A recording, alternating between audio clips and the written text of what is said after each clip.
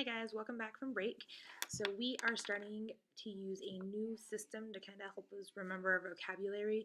Notice you guys have been struggling and I really want you guys to know the vocabulary from our textbook to really help you guys understand the content a lot better. So the system that we're going to be using is called LINKS. And one of the reasons that we're going to use this is because it's an effective learning strategy. And we've gone over this a little bit before, but I'm just going to remind you guys what an effective learning strategy is. So an effective learning strategy is a systematic plan for learning that includes thinking smart and using a set of thinking tactics. So an example is using the words came far. This is the example in here.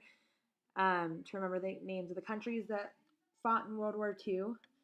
With the United States. And so it's got Canada, Australia, Mexico, England, France, America, and Russia. So everyone can see that. It's basically a way to help you guys learn better and remember things easier without having to look it up consistently. And the reason that we want to use this and the reason that we're using this system is that it's going to help you guys know what to look for when you're reading. It's going to help you guys know the vocabulary better. It's going to help you understand the content better. And it's just going to help you overall with learning this information from the text, because sometimes reading text can be boring and it's hard to get through and you don't know always what to look for. So a little bit more about the LINKS strategy so you guys know. If you guys want to, I gave you guys a couple of handouts. One, the top of the page says all about the LINKS strategy. And just a little bit about it, and the one I want you guys to really focus on is the always section. So it's always going to help you guys remember the word and the meaning of a new word. It helps you guys focus your attention on the important information of the definition. And it uses knowledge that you already have to build onto it. So I always tell you guys, I have an associative mind, so sometimes the things that come out are very random. This helps build on that, so it can help you use associations. So like when I think of monkeys and I think of the really smart apes, and I can think of how smart they are and that they use words, and I think of Coco, and there's a lot of different things that go with that. So it's a way for you to build on prior knowledge and use things to help create associations. And it involves you holding yourself accountable, so you test yourself. And it sometimes helps you remember the meaning. It's easy to apply to some words, and it's harder for some other words. Just like everything, sometimes it works, and it's not 100% all the time. And then sometimes you get to skip steps, which is really cool because I know sometimes when we do stuff, you guys don't like doing step by step by step by step. So this will be really beneficial to you guys. And you're not going to memorize. It's going to actually really help you guys learn and internalize what you're learning. It's not used for poems or like passages. You're not going to memorize a whole thing. And it's never used when you already know what a word means. So if you already know what the word racism means, you have to know and can answer that question right away, you won't have to make a card for that word. And it's not used if there's another strategy that works. So this may not work for all of you guys because we're all different people, we're all different learners. But I want to introduce this for you guys so you have it as a tool to use, not just in here, but in all of your other classes. So there's some other examples on that handout. The one that I really like is that the aorta is a major artery taking the blood out of the heart, which is something that I've always struggled with. But you're not going to use it to remember the heart circulates blood. Not the same kind of thing. We're looking for the specific terminology, which is really, really cool. So that's basically what it is. So when we use the LINKS strategy, sorry guys, my papers are all over the place. This is the one that you guys will see posted around the room, just to remind you guys. but we're going to go to the next handout that you guys have that explains it more for you guys. So the first step is going to be list the parts. So you guys are going to put on your cards, and I'll show you what that looks like. You're going to list the parts. So you're going to have the word on the front of the card, and then you're going to have a reminding word. So something that helps you, reminds you of it. It can be a familiar word. It can be something that rhymes. And you're going to write it underneath the new word that we're focusing on. And then you're going to make up a short story about the meaning of the word. So just something that helps you remember the word. And then you're going to write that on the bottom left half on the back side. And then you're going to create a picture, because having those different things can really help stimulate your memory.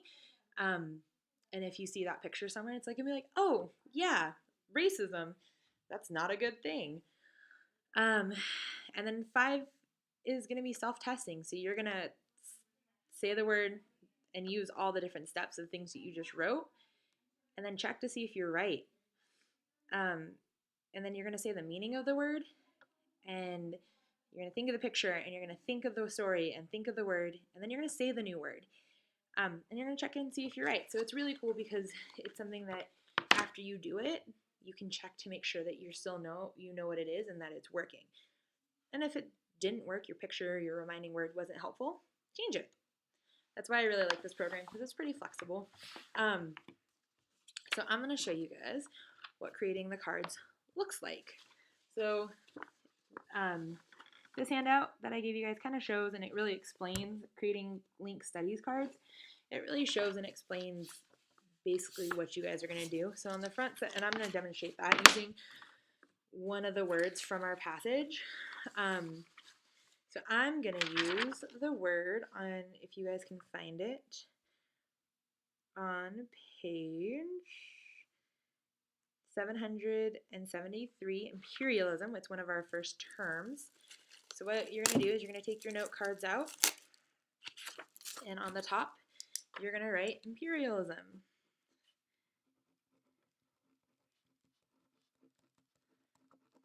It's going to look like this. Then you're going to circle it. Okay?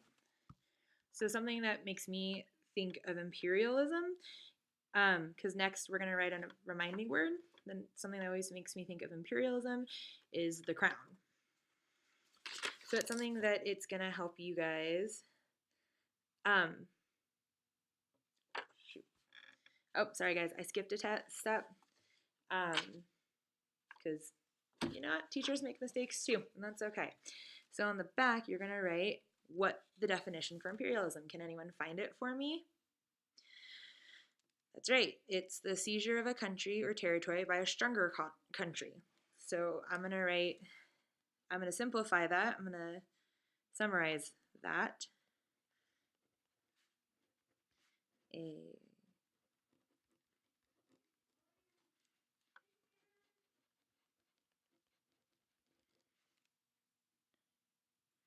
territory by a stronger country.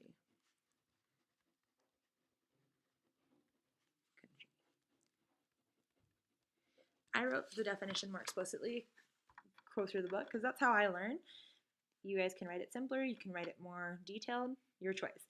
But on the back, so front, imperialism, on the back, seizure of a country or territory by a stronger country. So that's our definition. Now we are going to write our remembering word underneath our word. And so like I said, for me, imperialism, something that always reminds me of that is the crown, royalty. Because royalty always makes me think of England, and England was a big part of imperialism, and especially in like South Africa, and actually really all around the world. So that's what I think of. Okay, and then on the back, you're gonna write your story, your linking story to help you remember the word. So I'm gonna say King takes America. Yes, the king took over America. We were founded by imperialism. So that's mine. King takes America. And then I'm going to draw a picture. I don't know if you guys have ever seen Schoolhouse Rocks, but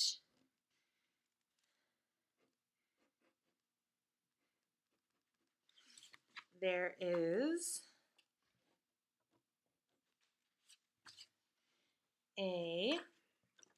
that's my picture. There's a scene from Schoolhouse Rocks that it makes me think of, but the king took over what is now America. So that's going to help me remember imperialism. It's really simple. That took me like 3 minutes, and it's more because I'm talking and explaining it to you guys. Think how quickly this can be. So when I go through and I use it, I can say, okay, imperialism. Imperialism is when a country or territory is taken over by a stronger country. I can remember this by royalty. King took over America, and I think of my picture. And these are all things that you can do with yourself quietly and practice them.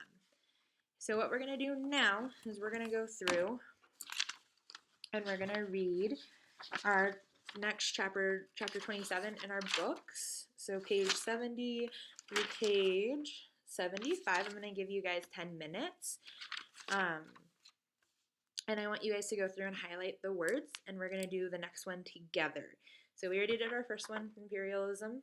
So I'm going to have you guys practice first. Wait, back up. We're going to practice. You're going to write yours for imperialism since we found that. And then we'll read through Africa before European domination and look for any of our new words to see what other words that we have. Okay, so I'm going to give you guys about 10 minutes.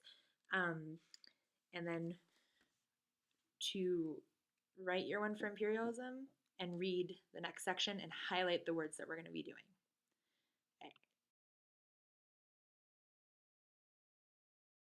Okay, guys, your 10 minutes is up, or 11 minutes, sorry.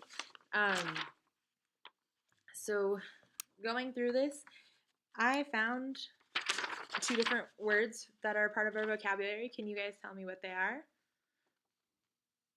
All right, cool. Racism is the first one. What's the definition of racism? The book says one race is superior to others. It's called racism. So that's our definition. It's really easy. So I want you guys to go ahead and take a card and write the word on the top. So I'm going to do this one with you guys. So remember, we're going to write racism on the top and circle it.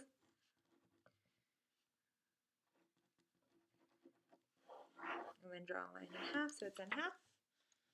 And then on the back, you're going to write your definition.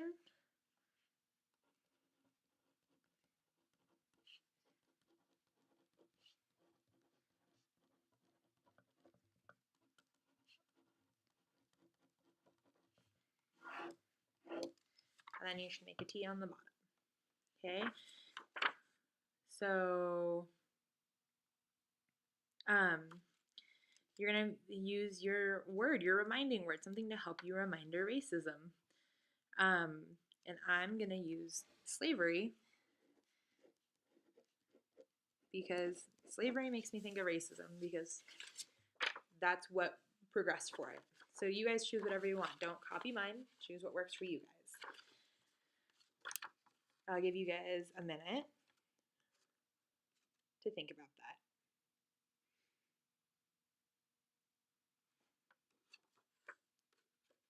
Okay. Is everyone good? Looks like everyone's ready. Great. So on the back, next, we're going to write our story that helps us to think about that one. So I want you guys to think about a short story that helps you guys remember that.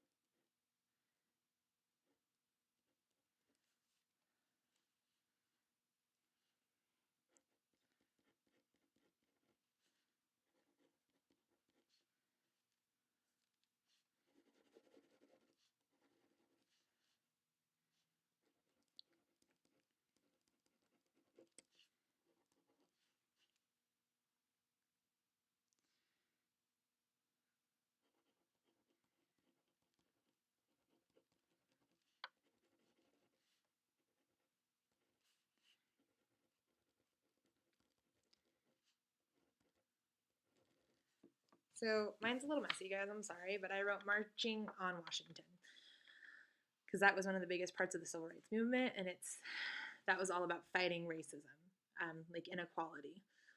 So that was mine. Think of something for you guys. It can be any story to help you remind you what racism is. Okay? And then in this corner, remember, we're going to draw a picture. So I want you guys to think about something that is going to help remind you what racism is.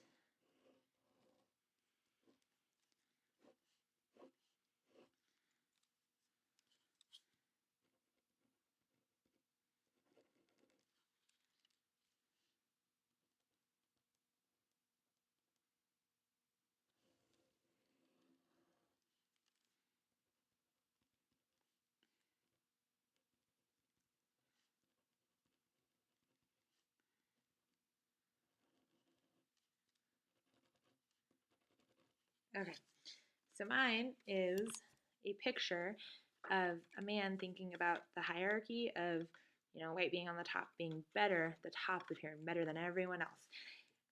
And that's typically in history what we've seen with racism. There has been racism in other countries with other races, but with what we're talking about, and that's typically what people think. That's what reminds me of racism. So do what you need to do to remind you what that term means.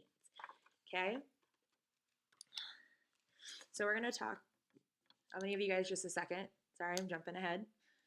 And then we're going to go talk about the next one, and I'm going to let you guys create your own cards for that one, and then we'll do it for the rest of the chapter.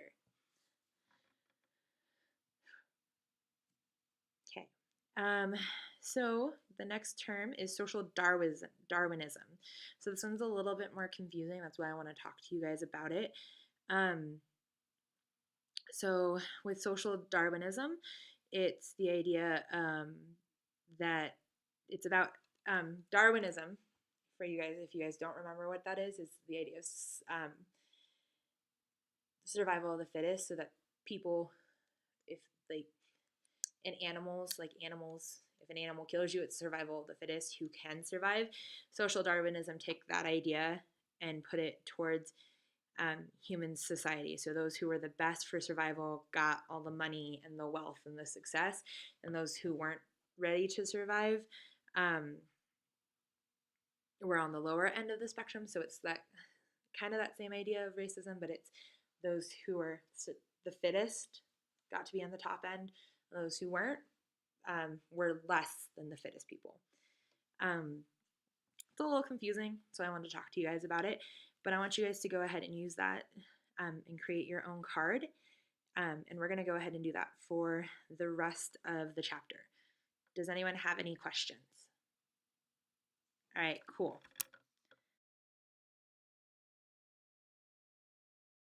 Guys, so we're at the end of class. It looks like we're done. We're doing really good. So before you guys go, we're just going to review the links strategy to help us for note taking. I've been walking around. It seems like you guys have a pretty good grasp. This is something we're going to use for the next couple weeks just to give you guys another tool to help you, not just in this class, but in all your other classes and beyond, because that's the goal, is we want you to help you learn and give you strategies to help you learn better, because we're all different and we can all use different strategies. One of the things that I noticed when you guys were working together is that you guys saw that it built on each other. And the idea of it is the chain analogy. So this is what they printed, which is kind of cool. It's an analogy. And it's the same idea that everything is kind of linked together and it builds on it. It's together. So you have all these pieces on our cards. We have five different pieces on our cards. Sorry, I had to count. But those 5 different pieces all connect together to help you remember that one word, which then will help you to understand everything in that chapter better and internalize it better. So it's like a chain. And if one piece is missing, or if it's broken or it doesn't work right, then the chain doesn't work. It falls apart. And that's something that I want you guys to really, really think about when you're using this strategy, and when you're like, oh, I just really don't want to draw a picture because it doesn't help, or I don't really agree that this works, and you just kind of only half-heartedly do it.